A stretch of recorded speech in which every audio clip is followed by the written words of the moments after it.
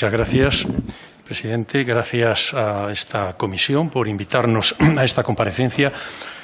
Importante porque hay dos cuestiones para este año 2021 que son trascendentes, dos cuestiones trascendentes para el sector agrario y en su conjunto el sector agroalimentario. Una de ellas es la reforma de la ley que sigue ahora este trámite parlamentario, que es la Ley de Mejora de la Cadena, la 12/2013, y la otra es la reforma de la política agrícola común. Aquí, en estas dos cuestiones, es en las que nos vamos a centrar fundamentalmente a lo largo del 21, por lo tanto, vital y fundamental, y de agradecer que se nos invite a estas comparecencias, estos debates y demás. Decir también, por poner en valor, que independientemente de las diferencias que tenemos unas organizaciones agrarias con otras, las tres organizaciones representativas, evidentemente somos tres porque nos diferenciamos, pero creo que desde la responsabilidad hemos asumido una acción común, una acción, por lo tanto, concertada, para defender una ley de mejora de la cadena que evidentemente venga a resolver los problemas que en estos momentos tenemos de desequilibrio respecto al sector productor. Por lo tanto, esto sí quiero ponerlo en consideración. No solamente hemos convocado conjuntamente las movilizaciones históricas de enero-febrero pasado, sino que hemos hecho propuestas, nos hemos reunido con los grupos y demás de manera unitaria desde el 1 de abril que empezó este proceso, y también en las negociaciones con el Ministerio de Agricultura en aquellos momentos en los que los tractores todavía estaban en las calles y en las carreteras. Una declaración de estado de alarma y la pandemia, evidentemente, provocaron la desconvocatoria de las movilizaciones, pero sí quiero quedar claro desde el primer momento. Se han desconvocado las movilizaciones, pero no se han desconvocado las reivindicaciones. Salió a la calle el sector, por lo que venimos hablando y todos sabemos, pero es bueno resaltarlo, ¿no? Una caída progresiva de precios, por tanto de rentas, que ya parece que es estructural, parece que se ha normalizado como una caída estructural de precios, debido a un mercado cada vez más desregulado y volátil, debido a unas importaciones muchas veces de choque, no por necesidad de mercado, sin una justa equivalencia en los estándares a los que se nos obliga, ¿no? A nosotros. Principios de preferencia comunitaria que son básicos y que han ido desapareciendo, que prácticamente están desaparecidos. Todo esto ha hecho que miles de tractores, como nunca, ya digo, como una cuestión histórica, salieran a las calles y a las carreteras. ¿Y qué se pedía? Pues se pedía algo muy razonable, es decir, que haya un equilibrio en la ordenación, en la regulación, en la gestión de los mercados. Se salió a reivindicar algo que resume todas las reivindicaciones, ¿verdad? Unos precios justos y unas rentas dignas. Y esto es para la salvaguardia de un sector que todos decimos que es esencial, pero que es un sector que está en crisis. Fundamentalmente, y en esto nos afectamos como organización, como COA, porque representamos especialmente las pequeñas y medianas explotaciones que forman parte del modelo social y profesional de agricultura, que está en riesgo de uberización, como hemos venido señalando desde hace tiempo. La pandemia ha puesto en valor el carácter esencial del sector agrario, efectivamente, pero esto no se ha traducido en un mejor posicionamiento del sector productor, ni en los mercados en general, ni en particular en la cadena agroalimentaria. En la caída de precios tiene mucho que ver la cadena alimentaria. La cadena alimentaria es la espina dorsal, la columna vertebral de todo un sistema y un mercado agroalimentario.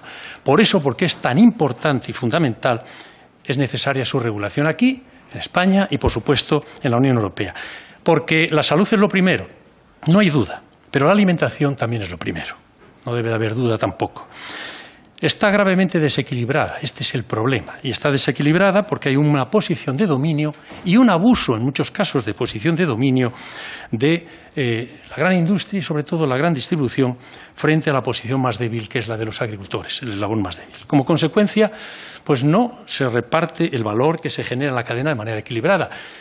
Los tres pilares básicos, producción, industria y distribución, aportamos aproximadamente como peso en la cadena 1/3 y, sin embargo, no hay ese reparto equitativo a la hora de establecer pues la mejora, el reparto de los valores que se generan en la cadena. Y es que el precio es fundamental porque el precio condiciona de manera determinante las rentas, el precio es el 75% de los ingresos, el precio se juega en los mercados y, por lo tanto, los mercados al menos deberían de cumplir con principio de transparencia y de equilibrio.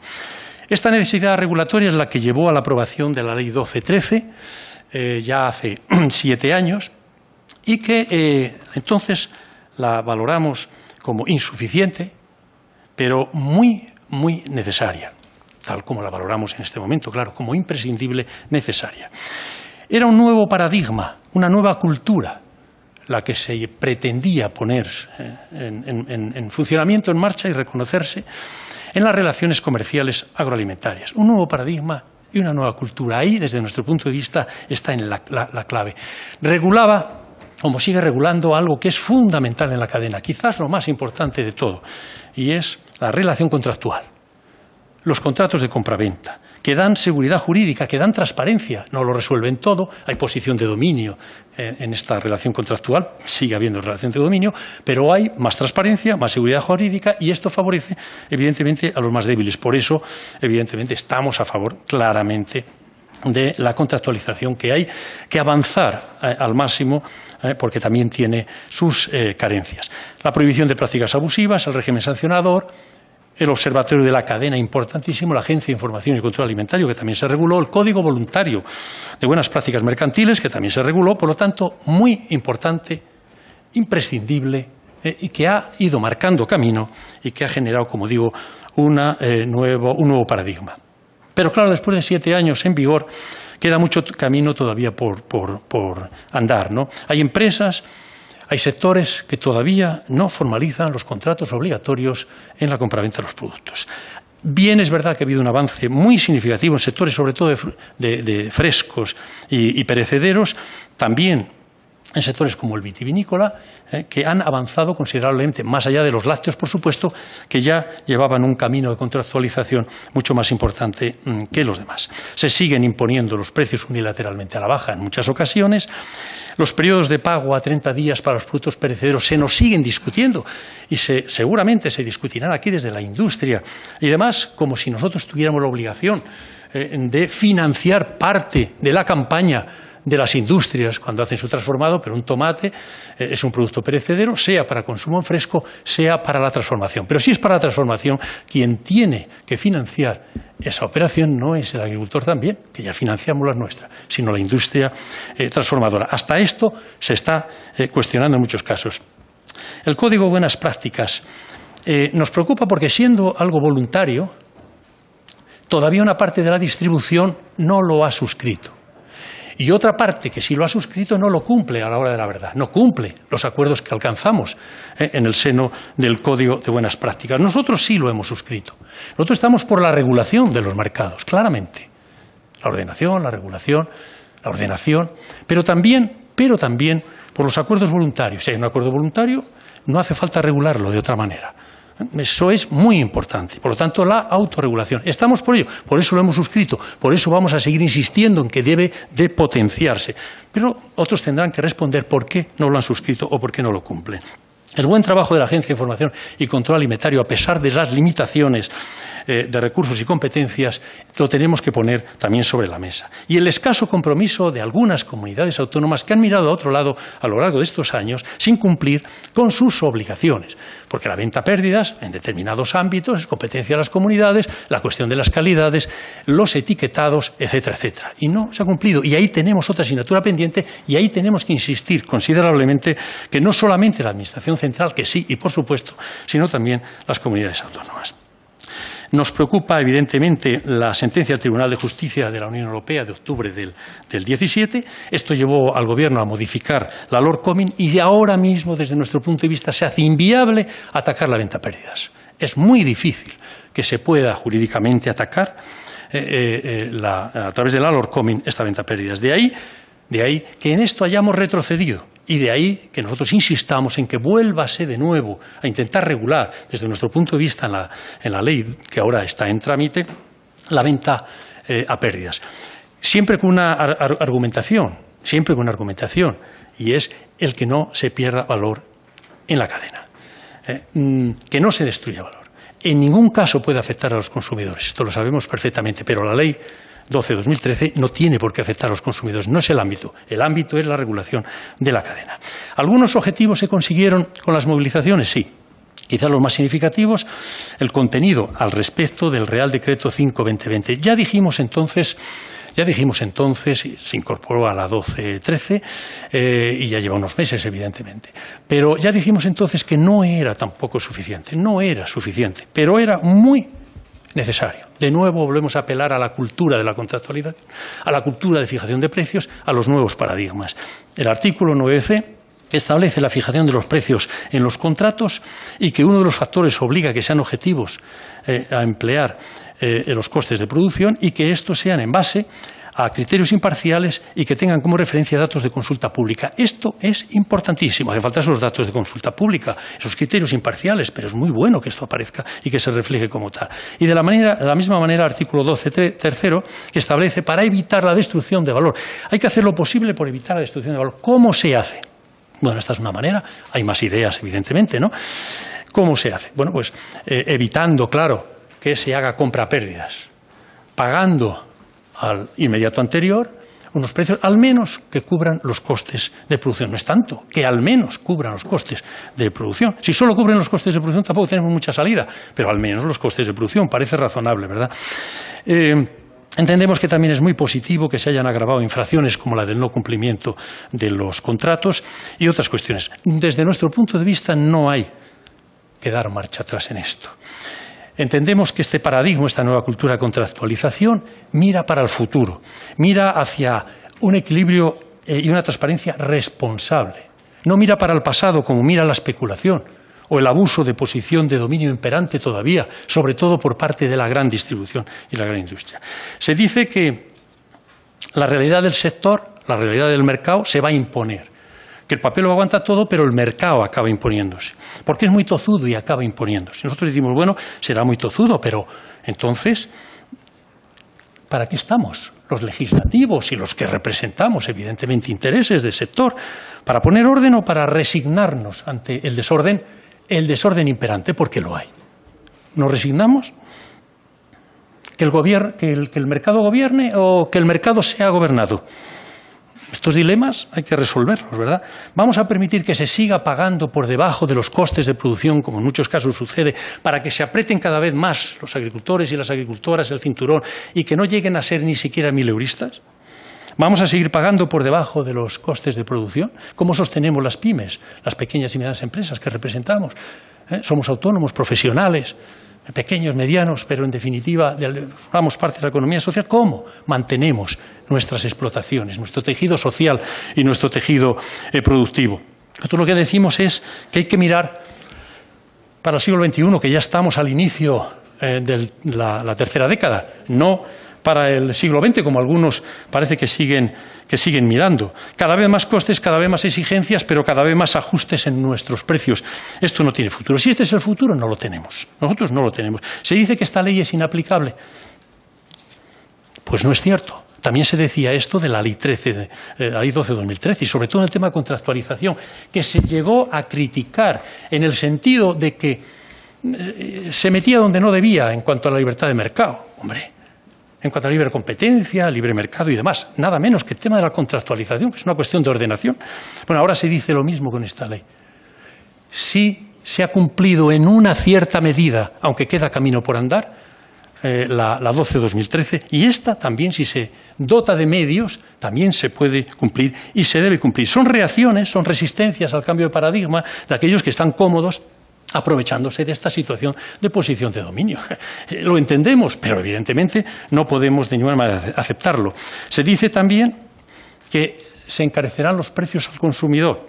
No es cierto, hay margen suficiente en la cadena de valor para encajar eso. Pero fíjense, en Francia la aplicación del plan piloto de la Ley de Agricultura y Alimentación, que en parte se asemeja a lo que aquí se está discutiendo y que ya lleva 2 años, este plan piloto, se establece al menos un margen del 10% frente al precio de compra al distribuidor para la venta al consumidor. Y no, esto que es muy ambicioso y que se ha puesto como plan piloto, en absoluto ha aumentado los precios al consumidor. Esto hay que tenerlo bastante en cuenta. Se dice también que la ley restringe el libre mercado. A nadie se le obliga a pagar un precio determinado, si no quiere, cuando quiere comprar. A nadie se le obliga a comprarle a un productor determinado. No. El mercado es libre, cada cual actúa libremente, eso sí. Si le interesa el producto y lo quiere comprar, tiene que cumplir con la ley. Es decir, pagar por encima de costes y mediante la formalización de un contrato transparente y regulado. Irregulado, nada de cachondeo. Pero no tiene por qué ni comprarlo a ese precio, ni comprarlo a ese productor. Libre mercado. Hay que avanzar y no dar marcha atrás. Por eso, las lagunas que sí tiene todavía la Ley 1213, nos gustaría que se fueran cubriendo. Una de ellas, y no me voy quedando sin tiempo, una de ellas sería regular la venta a pérdidas, como he dicho, superando el contenido de la Lorcomin, que en este momento, y no me extiendo más en ese sentido, no es suficiente.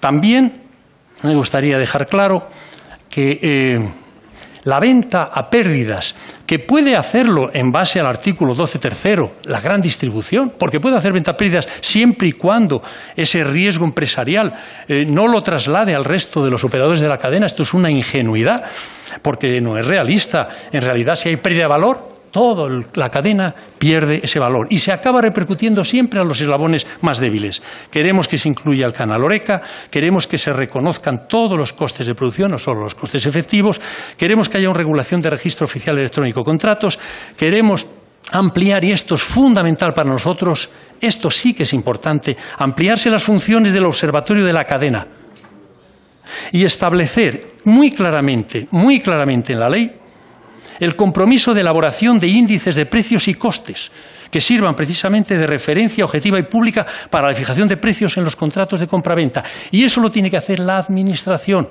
más allá de que algunos estudios puedan hacer organizaciones interprofesionales o universidades, comunidades autónomas, pero la Administración, y en particular la Administración central, al menos costes medios, esos índices que tienen que servir de referencia, tienen que hacerse desde la Administración central. Muy importante. También la figura mediador de la cadena. Otra cuestión que quiero resaltar, las importaciones, que cuando hablamos de importaciones hablamos de terceros países, porque el mercado único, el de los 27, es el mercado natural de todos los 27 países. Las importaciones también están afectadas, cuidado, por esta ley, pero están afectadas en cuanto a las prohibiciones y sanciones, pero no se les obliga a determinadas cuestiones. Es llamativo, y yo pongo la atención en esto, no se les obliga a contractualizar. Se traen espárragos del Perú, se envasan o no sé qué aquí, pero no hay por qué hacer un contrato respecto a la compra y, por lo tanto, respecto al cumplimiento también mediante contrato de precios sobre costes. Esto hay que señalarlo porque es muy importante desde nuestro punto de vista. Importantísimo el campo de aplicación, que parece que se va a ampliar, importantísimo para nosotros. Importante también que se reconozca a la Agencia de Información y Control Alimentario como autoridad de control y coordinación con las comunidades autónomas y, por supuesto, con la Unión Europea, porque evidentemente estamos trasladando la directiva comunitaria también a nuestra normativa. Seguimos exigiendo el reforzamiento de la ICA, con dotación económica y con personal. Es verdad que el presupuesto del Ministerio de Agricultura ha aumentado en un 32% y ha llegado a unos 8 millones de euros aproximadamente los presupuestos para la ICA. Este es el camino, pero hay que seguir aumentando esa dotación. Creemos que todavía es claramente insuficiente. Y para terminar, la regulación de la cadena alimentaria no es ningún capricho de los que, y menos solo una necesidad de los que estamos situados en los eslabones más débiles y necesitamos esa regulación. Lo plantea claramente el Parlamento Europeo, lo plantea claramente el Consejo Económico y Social Comunitario. Y cuidado, la Comisión también, en tanto en cuanto que aparece en el Pacto Verde, dentro de la estrategia de la granja a la mesa, donde aparece como uno de los objetivos, economía circular desde la producción al consumo, etcétera, etcétera, y para eso un equilibrio y un justo equilibrio de la cadena alimentaria, un justo reparto de los bienes que se generan en la renta que se genera en la cadena alimentaria, el valor. Esto, evidentemente, tiene que trasladarse al plan estratégico en nuestro país. Estas estrategias, biodiversidad y, sobre todo, la granja a la mesa. Y, por lo tanto, está plenamente vigente esa necesidad de ese justo equilibrio dentro de lo que es la cadena alimentaria. Ahora bien, y termino, no va a resolver todos los problemas esta ley. Por otra parte, sabemos que esto lleva su tiempo y que en principio no va a ser perfecto. Sabemos, por ejemplo, que hay contratos que ya están cumpliendo con el 5-20-20, con lo incorporado, quiero decir, en la ley, y otros que no, y los estamos denunciando la ICA desde la organización. Una cosa y la otra ya, puesto que están vigentes algunas de las cuestiones que se están revisando y discutiendo en este trámite, ¿verdad? Pero no es suficiente con ser una herramienta muy útil. Nosotros seguimos insistiendo, es fundamental que paralelamente, al mismo tiempo, se establezcan mecanismos de preferencia comunitaria, de regulación y control de las importaciones de terceros países, que no signifiquen un dumping para las propias producciones, desleal, totalmente desleal, que cumplan con los estándares cada vez más exigentes y van a serlo mucho más a partir de la aplicación de la nueva reforma de la PAC, en todos los sentidos, sociolaborales, medioambientales, de calidad y seguridad alimentaria, bienestar animal, que cumplan. Nosotros decimos a las importaciones, no a las importaciones, no estamos diciendo no a las importaciones, somos un país exportador, tenemos que entenderlo, siempre que lo exija el mercado, no las de choque, que atacan precisamente, y sobre todo en momentos de campaña que más daño nos hacen, nos atacan los precios a la baja, esas no, pero todas, esas y las otras, tienen que cumplir con los estándares de calidad. Esto es justamente lo que exigimos y pedimos, aparte de políticas de autorregulación, aparte de otras políticas de cláusula de salvaguardia, de gestión, de reserva de crisis, etcétera, que se están también discutiendo en este momento en los trílogos. Nunca ha sido más unánime, más unitaria, más multitudinaria y más clara la posición reivindicativa y movilizadora del campo, de los hombres y mujeres del campo. Nunca desde el 77. Se desconvocaron las movilizaciones. Y termino diciendo, pero no las reivindicaciones. Precios justos y rentas dignas. Esto es lo que nosotros, como sector esencial, como sector estratégico, exigimos y necesitamos. Este es el reconocimiento, se nos reconoce por activa y por pasiva, ya lo éramos, pero en una situación de pandemia tan grave se nos reconocía. Pues bien, como sector esencial, como sector estratégico, el reconocimiento que exigimos y que esperamos es este: precios justos y rentas dignas. Muchas gracias. Gracias, señor Blanco. Ahora, turno de los grupos parlamentarios.